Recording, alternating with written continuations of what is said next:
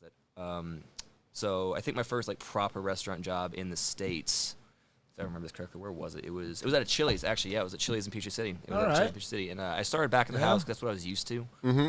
Quickly found out I cannot stand it. I couldn't keep up with order stuff. The kitchen was fucking rough. The guy I was working for, the head, I can't even call him a chef. He wasn't a chef. He was just the lead dude. He's just a kitchen manager. Yeah, kitchen manager. He was just on your ass about everything while doing absolutely nothing about it. Sounds I just got about right. fed up with it. I left, and so I was between jobs for a little bit. And my buddy of mine called me and goes, "Hey man, so what you up to?" I'm like, "Just looking for a job." He goes, "Well, we need servers." I'm like, "Okay, where?" And he goes, "Oh, Smoky Bones, again in Peachtree City." Yeah. I was like, "Okay, well, I've never really. I mean, I've done front of house service, at the restaurant. I'd serve tables and stuff like that, but it wasn't like a full experience. It wasn't a full dine-in, sit-down experience. It was here's your fish and chips. Thank you. Give you the money. I appreciate it. That's it." So I started there, and it was, I mean, it's chalk and cheese. If anybody's ever worked in front of house and back of house knows, it's a completely different series of like struggles, problems, tribulations. The bonuses of being front of house is the money's quick, the money's fast, the money's usually better. The bad part is sometimes it really fucking isn't. We talked about that in the last really episode. You're getting gangbanged from everybody. No, I'm serious. The bartenders, the customers, the chefs. Exactly, dude. I get that. And like the thing is, like the front of house versus back of house, you have to deal with certain things. Back of house, it's hot, it's fast, it's difficult. You've got your chef up in your ass, whatever it is. You have all these orders come in. It's high pace, but your money's set, your money's secure, and there's a way to move up. There's always a way to like get a little more money. There's always a way to make a bit more of a name for yourself, etc. So there's rewards for that as well. Front of house, you just get the immediate like bullshit from the general public. Like every single dumbass thing I've ever heard in my life came out of the mouth of somebody sitting at a table. It's just it's a world apart, and I fell in love with it though. Okay, I'm sorry. Preach, preach, brother, preach. Curtis literally looks like he was in church right now. Listening to a preacher just praying to himself. I got nothing to say. I'm here. I'm in the pews. Sing it. Hallelujah! Screaming from the mountaintop. Fucking love it, man. Fucking love it. But no, it's weird, man. So, for example, actually, a great example was working with Sean Paul. So, Sean Paul, I saw the way he ran his kitchen, and he ran his kitchen not harshly is the wrong word. That's a harsh word to use, but he ran it strictly. It was strict. It was firm, right? That's a great word. There you go. Yes. Firm. Yes. He knew exactly what he expected. He knew exactly what he wanted, and he taught you how to do exactly what he wanted you to do. And so if you didn't, that's on your ass. That's not on him. That's on your ass. Yeah. If something's missing that he forgot to order, that's his problem. He always owned that shit. But if you forgot that, or you forgot to do this, or you did this wrong, that's 100% on you because you know what you're doing right. Yeah. You know how to do it right. You were led to do this right, and you could always ask for help. If you need an extra hand, you're right there. So that's the kind of chef I always wish I could have worked for. I wish I could have worked for somebody like that. It might have changed my trajectory. It really could have changed my trajectory and what I wanted to do. So I love cooking. I really do. I love food. I love cooking, but I cannot do it for certain people. I can't do it for the general public. Yeah. Because honestly, I'm a very sensitive person at heart, and I honestly think if somebody, know that about him. Yes. I honestly think if somebody ever came and was like, you know what, this just tastes terrible, send it back, I would come out that fucking kitchen like, why? What did I do wrong?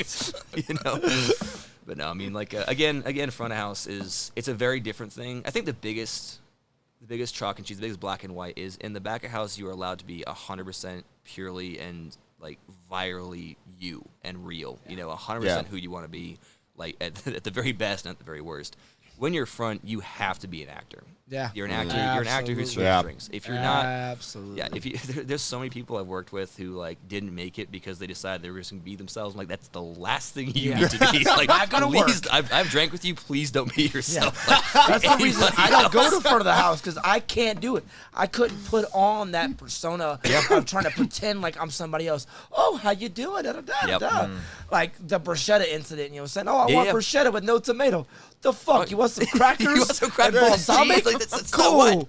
I'll give you balsamic and fucking crackers. Exactly. But you're pissed off about it because that's just dumb as shit. Fucking, and then what the fuck you're ordering? The thing is, that doesn't bother me. That kind of shit doesn't bother me. It's when it comes out and they go, "This is terrible." I'm like, yes, you did it to yourself. You ordered it.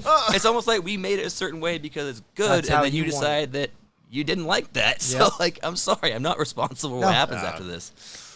I think we talked about this at one point. Oh, yeah. Is it fair to say front of house is not as physically demanding, but you're still exhausted at the end of the day, and we take on more of a mental bombardment. Because you're dealing with systematic like progress. You got to do a ticket to ticket. Stuff has to be done. You have to coordinate. Whereas we're constantly dealing with people just subjecting our mental to we're having to comprehend. Yeah. Yeah. How does this person exist? Yes. First of How did all, this come out of your mouth? Yes. Like you're jumping these mental hurdles, trying to just orient yourself on like, how do I get this table to tip me? Yeah. And not make them feel like the morons that they are. Yeah. Right. Kind of like empathy, mirroring. You kind of have to get your mindset to their mindset in at least a little bit of a way. Yeah. And That's you why I take lost a most little of my bit of brain psychic cells. damage every time.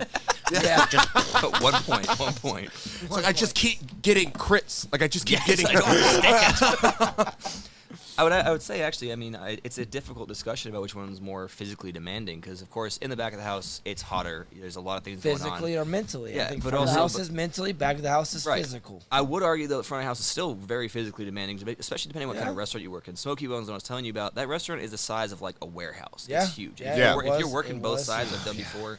I mean, I had a step counter on for a long time on my Apple Watch and whatnot. There was one day during St. Patrick's Day I was working this place. I was moonlighting up in Athens at an Irish pub up in Athens. A buddy of mine called me. And this is a pub the size of like a basement. You know, it's not a big thing. In that like, 20 by 15 space, I walked 17 miles in 5.5 Wow. hours. 17 miles. Yeah. It was, I mean, when I say walked, we were sprinting back and forth. You have Yeah. to. Yeah. So there's that part. I mean, I would argue, of course, I've seen. Yeah, It- that's the physical part, yeah, like yeah. walking, but like we're picking things Yeah, up. they have to carry pouring stuff things, and carrying chopping things, stuff and frying yes. things. I mean, Yeah, but Yes. that like when it comes to service and stuff, like we do like most of like, the heavy lifting like before service. before And then after service. that, our job gets a little bit lighter, and what you're dealing with is more of the physical heat, the Yeah. the stress of like having to run around. Like we do still run a lot, but Yeah. not as much as you guys. it's do. not a full body workout. You know, yeah. What, Yeah. as physical for like what I've noticed, especially for front of house though, is also just the way having to run as much food as you guys have to run. It's like either you have the big tray where all the plates are stacked on top of it, or you have them like lined up your arms, and you're like having like like 10 plates on you at any given moment, and you're having to hold all of this, and then find ways to manipulate your body to set it all down. And then you might have a patio area or like yeah. a garden section. So you need to run it from the kitchen all the way out Yeah. past rows and rows of tables because they want to be sitting way out here. By the way, I just want to put this out there for anybody listening who goes to restaurants and doesn't work in restaurants. If it is 92 degrees outside and you decide you want to sit in the patio, I hate you. Just immediately, I hate you. Like, I'm so glad you're having a great time. I'm glad you're working your tan. You are ruining my life. Like, I'm losing 6 pounds of body sweat every day because of you. It just reminds me of like that Key and Peele sketch where she is like the wife is confronting him about the porn, and he's just like sweating profusely. Just like that one stream scurry straight out of his forehead. Like that's you guys in a 92 degree no, day. Absolutely, man. Because we don't get to wear the little bikinis and the tank tops and whatnot. We have to. You're wear wearing a full- cotton fucking and full shirt. jeans and the whole thing, and an apron, man. God Almighty, like it's just the worst. Just the worst.